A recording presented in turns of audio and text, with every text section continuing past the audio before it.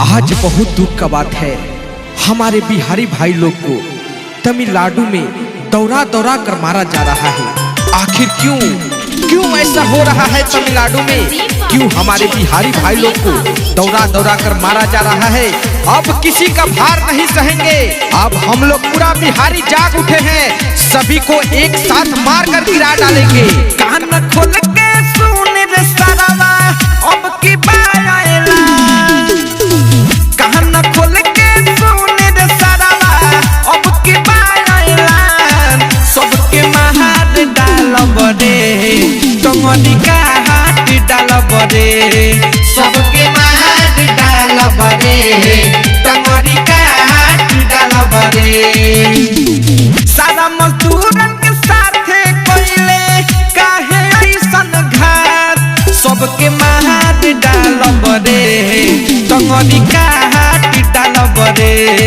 सबके महार डालब रे, तमनी का हाथ डालब रे। अगर ज्यादा तुम्हारे खून में गर्मी है तो आओ मेरे पास, मैं तुमको सबक सिखाता हूँ। दौरा दौरा कर मारेंगे तुम लोग को, समझ जाओ। पूरे मजदूर को तुमने दौरा दौरा कर काटा। तो हालात से ज्यादा गर्मी बाटे बिहारी में। आज जो दुल्हन सारावा के बकतना पानी मेरे तमिलनाडु वाला। तो हालात से ज्यादा गर्मी बाटे बिहारी में।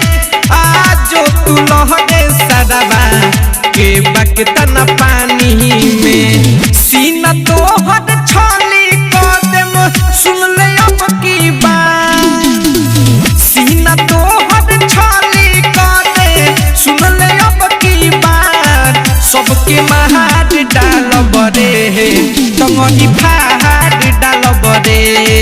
सबके महार डालब रे, तमनी का हाथ डालब रे। संदीप बाबू, संदीप बाबू, संदीप बाबू, तीनों की रिकॉर्डिंग स्टूडियो छाना।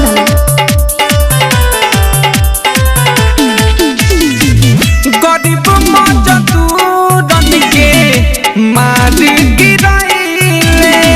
सुन रे साला तमिलनाडु वाला, ठीक नाही कइले हो।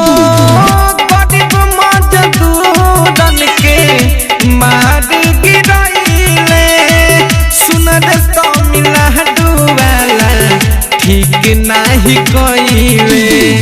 पहला संदीप राजा अरमान रोशन की भाई। पहला संदीप राजा अरमान रोशन की भाई। सबके महार डालब रे, तमनी का हाथ डालब रे। सबके महार डालब रे, तमनी का हाथ डालब रे। तीनों की रिकॉर्डिंग स्टूडियो छावड़ा दानो।